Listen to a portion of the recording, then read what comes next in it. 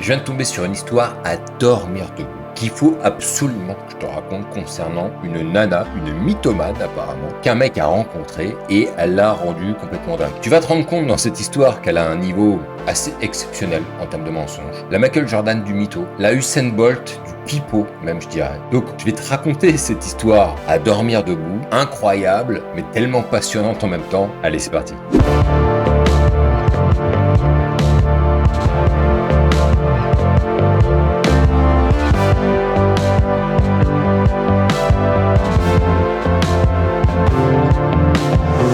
Le 26 juillet 2015, Julien reçoit un message sorti de on ne sait où d'une nana qu'il aurait rencontrée il y a 30 ans en arrière. Incroyable. Et il se dit putain, qu'est-ce que c'est que ça? Et l'autre, elle arrive comme petite fleur par message en lui disant salut, ça va? Ça fait longtemps, dis donc. Comment tu vas depuis tout ce temps? Le mec, il devient barjot. Il se dit putain, ça me tombe dans les bras comme ça. Laisse tomber. Je vais m'en occuper, mais alors à la toulousaine. Il se dit bon, comme elle est attirée par mon charme naturel, je vais la cuisiner tranquillement par message. Donc ils se racontent leur petite life, tranquillou. Ils échangent par message. Et puis comme c'est un mec qui sait prendre les devants et puis qui a pas baisé depuis un petit moment, elle lui dit ça te dirait pas de venir manger chez moi quand même? Comme il a un charme auquel on ne peut pas résister, bien évidemment, elle a dit oui. Le jour du rendez-vous, il a pas fait les choses à moitié. Il a tout bien organisé. Une belle table, tout propre, nickel. Parce que, c'est ce soir, d'accord? Ce soir, les gars, on nique, ok?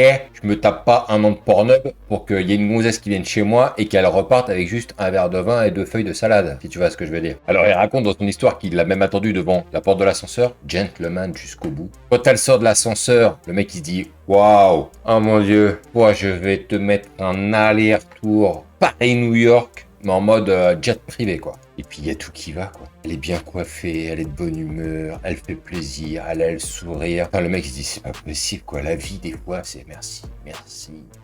Ils se prennent un petit apéro, il lui propose de passer à table, et puis il voit que, hop, elle a pas l'air de se sentir très bien. Il lui dit donc, Jacqueline, on a pas l'air de tenir l'alcool ou quoi? Qu'est-ce qui se passe là, après 2 verres, pompette déjà? Elle se redresse tranquille, elle fait non, t'inquiète pas, tout va bien. C'est pas l'alcool, c'est ma hanche, t'inquiète, ça tient. Lui, bon, pas curieux de naissance, il se dit bon, bah, si c'est la hanche qui se déboîte de temps en temps, qu'elle s'inquiète un petit peu quand même, parce que je pense que la deuxième hanche, elle va sauter dans 10 minutes. Et puis il repasse à table, tranquille.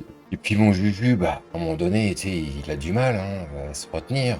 Elle est belle comme le jour, putain, elle a une paire de seins, on a l'impression que ça sort tout droit d'un film porno. Il commence un peu à lui caresser la main, il sent l'attraction, elle est mutuelle, il se dit putain, c'est en train de chauffer, et puis ils enchaînent les verres de vin, tu vois. Et à un moment donné, il tient plus, le gars, attends, la soupape, ça fait longtemps qu'il est seul. Donc il l'embrasse, tu vois. Le courage à l'étape. L'homme qui va aller chercher sa femme. Quand ils s'embrassent, c'est galoche à répétition, c'est vas-y, soupe de langue. Elle lui met même sa langue dans son pif, c'est n'importe quoi. Là, il se dit, si elle embrasse comme elle suce, c'est la femme de ma vie, clairement. Donc, il tombe amoureux, directement. Ah, c'est très rapide. Le Juju, il sait reconnaître une femme qui est faite pour lui. Sauf que, apparemment, ça s'arrête là. Et il se retrouve le lendemain, mais en terrasse. Et comme elle lui avait dit, à un moment donné, avec sa hanche, de toute façon, t'inquiète pas, je t'expliquerai, voilà. C'est compliqué, t'inquiète pas, je t'en parlerai plus tard. Là, elle lui dit, dis-moi tout ce que t'as à me dire. Et là, elle lui dit qu'elle a eu le cancer du sein, que là, elle est en train de se remettre. Là, elle est partie, quoi, les émotions à outrance, boum, boum, boum. Et là, elle lui dit évidemment qu'elle a eu une chimiothérapie et que ça aurait endommagé la hanche. Et c'est comme ça qu'elle arrive à expliquer le fait qu'à un moment donné, elle a perdu un peu les appuis lors de l'apéro, lors de la soirée d'avant. Jules est là, il écoute son histoire, il se dit waouh, c'est incroyable ce qu'elle vit. Et il est absorbé par la story. Oh, c'est incroyable tout ce qu'elle a traversé. Putain, mais ce qu'elle raconte, c'est incroyable. Là où elle était partie en échauffement, elle va monter d'une étape. Parce que 3 semaines après qu'ils se sont rencontrés, alors je sais pas s'il a réussi à lui mettre les allers-retours qui étaient prévus, mais toujours est-il que 3 semaines après cette rencontre, elle lui dit putain, il y a le cancer qui revient. Mais là, c'est à l'ovaire, c'est pas au sein. Moi, je sais pas toi, mais je suis à sa place, je suis en train de me dire, il y a beaucoup de problèmes avec elle. Soit c'est un aimant à maladie, soit elle est mal conçue à la base, ça sent les emmerdes arriver, mais très très fort. Et lui, il le reçoit du genre, putain, la femme de ma vie, mais non, me dis pas qu'elle va disparaître ou quoi que ce soit, putain, me dis pas que je vais la perdre, c'est pas possible, il faut qu'on surmonte ça. Alors, elle fait des examens, et le résultat de ces examens explique que le stade est assez avancé sur le cancer. Et il lui dit, attends, tu l'as surmonté une fois, tu le reprends encore une fois, et tu le prends encore 10 fois, et 20 fois s'il le faut. Tu vas me péter chaque cancer qui arrive, ok? Bien évidemment, comme il a envie d'être près d'elle et puis il a envie de la soutenir pour cette épreuve, et il a envie de venir avec elle aux rendez-vous médicaux. Et à chaque fois qu'il lui propose de venir avec elle et qu'ils échangent à propos de ça par message, elle lui dit non, mais là, je préfère y aller seul, en plus j'ai pas trop la forme, donc, mais une autre fois, pas de problème, mais là, pas sur celui-là, quoi. Lui, c'est pas qu'il est vexé, mais bon, il prend pas ça très bien, quoi. Il se dit, putain, j'aurais bien aimé l'accompagner dans l'effort, elle me laisse pas venir avec elle, alors que je peux la soutenir, putain. Je peux être un pilier pour elle. Et quelques jours plus tard, elle lui annonce qu'elle a des métastases au cerveau, c'est-à-dire une tumeur. Ça commence à faire beaucoup. C'est même à se poser la question comment elle a fait pour vivre toutes ces années. Mais bon, et là, il commence à constater que parfois elle a des absences, elle est confuse, elle oublie des trucs, un comportement qui change. Bah ouais, mais c'est suite à la maladie, hein. Oui. Et un jour, elle appelle mon Juju, elle lui dit, tu sais quoi, mon poteau? Bah, je suis enceinte. Lui, il tombe des nues, il se rappelle pas l'avoir niqué. Non, je plaisante. Et il se dit, merde, attends, elle a un cancer aux ovaires? Elle arrive à tomber enceinte quand même? Et puis, à l'époque, il a pas de ChatGPT pour vérifier si tout ceci est vrai. Ah oui. Lui, il pète un boulard. Il dit, mais attends, moi je peux pas envisager un truc pareil. On va pas donner naissance à un gosse dans un corps qui est malade à ce point-là et qui a un cancer. À la limite, elle va lui refiler, quoi. Donc là-dessus, bah, il est très clair. Il lui dit, écoute-moi bien, Géraldine, il est hors de question que tu gardes le bébé. No way, nada, no possible. Comprendo? Le lendemain, après mûre réflexion, elle revient vers lui en lui disant, écoute, j'ai bien réfléchi, t'inquiète pas, je vais me débarrasser de ce fœtus de merde. T'inquiète pas, je vais faire ce qu'il faut. Alors lui, malgré tout, il commence à avoir 2-3 doutes, mine de rien. Il se dit, bon, ces histoires, un peu bizarre quand même. Alors il essaie de temps en temps de voir s'il peut pas opposer ce qu'elle a dit avant pour la contredire et vérifier si ce qu'elle dit c'est vrai ou pas. Et il dit putain mais l'autre c'est un chat quoi. À chaque fois que tu lui mets une balayette, ce périlleux, pouf, sur les quatre pattes. Toute son histoire elle tient toujours. Trop fort. Et un matin elle vient le voir, écrite par sa propre fille. Alors je sais pas, on comprend pas. Apparemment c'est une lettre où la fille elle dit donc à sa propre mère qu'elle comprend pourquoi elle est si fatiguée, qu'elle trouve ça extrêmement courageux, qu'elle puisse lutter à ce point contre la maladie depuis toutes ces années. La meuf, elle traîne une caravane, laisse tomber, elle fait 4 tonnes. Mais Juju, il a un doute sur la lettre. Tu sais pourquoi? Parce que Juju, faut pas lui faire. Juju, c'est pas la moitié d'un teubé. Il se dit, putain, mais cette lettre, elle est tapée à l'ordinateur, quoi. Je sais pas pourquoi, il y a un truc que je sens pas. Et bon, il est amoureux, et puis merde, elle est touchante, allez, on y croit quoi, putain. Attends, elle peut pas me la faire à l'envers, non, mais j'y crois, ouais, j'y crois. Sauf que Juju, et on en a déjà parlé parce que c'est très important, il a un entourage solide, qui commence, au fur et à mesure que lui il raconte ses histoires, à lui dire que c'est un peu bizarre ce qui se passe. Est-ce qu'il a pas l'impression un peu de se faire manipuler quelque part? Manipuler pourquoi d'ailleurs? Parce qu'on ne sait pas. Et lui il dit, ouais, ah les gars, je vous avoue que j'ai 2-3 doutes. Je sais pas, il y a un truc qui colle pas, je sais pas, j'en sais rien. Mais ouais, j'ai un peu l'impression d'être manipulé, ouais. Et comme c'est un mec qui sait prendre une décision quand il faut, comme il faut, et que je ne sais pas expliquer comment il a pu faire pour avoir ce numéro de téléphone, il décide d'appeler la fille de la nana à propos de la lettre. Et apparemment, ce qu'on apprend sur cette lettre, en fait, c'est pas juste une histoire de lutter contre la maladie, c'est que la mère aurait dit à la fille qu'elle allait mettre fin à ses jours, même, carrément. Et donc le mec, quand il appelle la fille, il lui dit « Franchement, c'est beau quand même de dire que tu comprends son acte, le fait qu'elle va en terminer et que toi, tu vas prendre en charge ta sœur et tout. Vraiment bravo, quoi. » Et là, la fille, elle lui dit « Popo, calme-toi, mon Jeannot, calme-toi. Je sais que ma mère, elle est pas, voilà, elle est pas nickel, mais elle va pas mourir, hein, la daronne. Et encore sur tes 2 bœufs, elle tient bien. Hein. » Et là, le mec, il comprend pas. Il dit, mais comment elle peut être aussi irresponsable? Il dit, mais tu te rends compte de ce qui se passe là? Comment tu peux parler comme ça de ta mère alors que là, ça fait 4 mois qu'elle va y passer en fait? Est-ce que tu te rends compte qu'elle a une maladie grave? Est-ce que tu te rends compte de ça? Et lui dit en plus, tu l'as quand même mentionné dans ta lettre, donc t'es quand même consciente que ce qu'elle a, c'est grave. Et là, elle lui dit, qu'est-ce que tu racontes là? Et puis moi, je lui ai jamais écrit de lettre, qu'est-ce que tu racontes? Ah bah là, le Juju, il est là, il dit, qu'est-ce qui se passe, là, gars? C'est quoi cette histoire de fou? Peut-être même, c'est quoi cette famille de fous? Là, ils se sont trahis, il rapproche, il dit, mais putain, mais c'est quoi ce délire? Elle se fout de ma gueule ou quoi? Et comme il a envie de savoir ce qui se passe, parce qu'il se dit, non, mais il y a un truc, j'ai loupé quelque chose ou quoi? Il décide de faire appel à ses dons d'enquêteur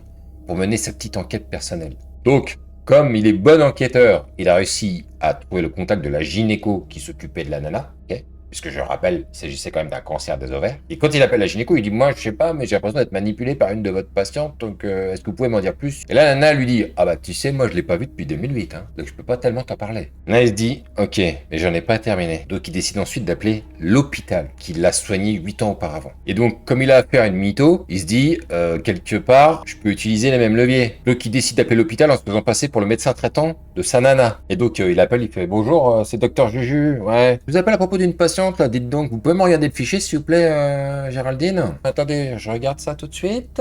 Sortir son dossier médical, là, que je puisse un petit peu vérifier, parce qu'il y a 2-3 éléments qui me manquent. Alors, non, bah, il n'y a pas de dossier, en fait. Il n'y a rien du tout.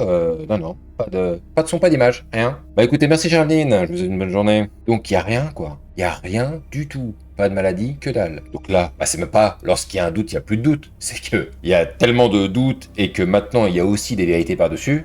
C'est une évidence, elle s'est foutue de sa gueule et elle a raconté n'importe quoi. Donc, elle n'a pas cancer actuellement, elle en a pas eu un non plus auquel elle a réussi à survivre, elle a rien. Et donc, comme il lui donnait tout, sans compter, il lui avait même filé le trousseau de clés de chez lui. Et un jour, elle l'attend de pied ferme. Il se dit, bon, va falloir qu'on se discute, va falloir qu'on parle. Et donc, un jour, elle rentre tranquillement, comme une petite fleur, et lui, dans sa chambre, sur le pieu, à moitié à poil, il fait, bon, t'as rien à me dire? Non, Ah, attends, je me sens pas bien, non, j'ai rien à te dire. Il la regarde droit dans les yeux et lui dit, écoute, je sais tout maintenant. Dis-moi la vérité, tout de suite. Tu me fais peur, mais de quoi tu parles? De quelle vérité tu parles? Mais de quoi tu sais tout? Qu'est-ce que... Mais arrête, je te reconnais pas, là. Il dit, bah écoute, t'arrêtes maintenant. Il dit, mais avec tes mensonges de merde, t'as tout perdu. Tu m'as perdu. Perdu la télé, la PlayStation, t'as tout perdu. Voilà ce qui se passe. Parce que je me suis rendu compte que tu m'as menti depuis le début, ok? Et lui dit maintenant, pars-toi de chez moi. Je veux plus te voir en fait. C'est bon, terminé. Sors. À partir de ce moment-là, bah, mon Juju, il l'a plus jamais revu. Et donc toujours pareil, hein, l'entourage, c'est le pilier, hein, c'est ce qui t'aide le plus. La sœur du Juju, elle lui dit, écoute, tu devrais venir avec moi chez un médecin. On aille voir un médecin pour consulter, qu'on parle de ça, quoi. Le médecin, il écoute son histoire, il fait ouais, ok, je vois ce que tu veux dire, ouais.